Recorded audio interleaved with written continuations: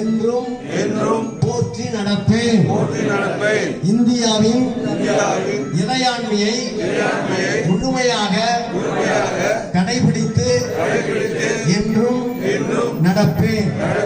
மதம், மொழி, இனம் போன்ற வேறுபாடுகளை கடந்து இந்திய மக்கள் அனைவரும் இந்திய அரசியல் அமைப்பின் சட்டத்தின்படி நடந்து அதன் குறிக்கோள்களையும் அரசியல் அமைப்பு சட்டத்தின் பல்வேறு அமைப்புகளையும் தேசிய கொடியையும் தேசிய கீதத்தையும் என்றென்றும் மதிப்பேன்.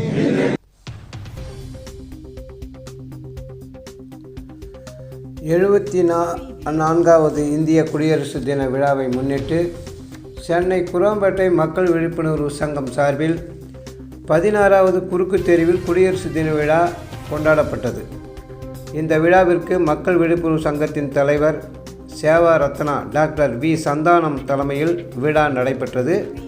விழாவில் சிறப்பு விருந்தினராக கலந்து கொண்ட பல்லாவரம் எம்எல்ஏ கருணாநிதி மற்றும் பார்வதி மருத்துவமனையின் நிறுவனர் டாக்டர் முத்துக்குமார் ஆகியோர் கலந்து கொண்டு முன்னாள் இராணுவத்தினர் மற்றும் நேர்மையாக நடந்து கொண்ட ஓட்டல் தொழிலாளி ஷாஜஹான் அவர்களுக்கு பொன்னாடை போர்த்தி மாலை அணிவித்து கௌரவிக்கப்பட்டனர்.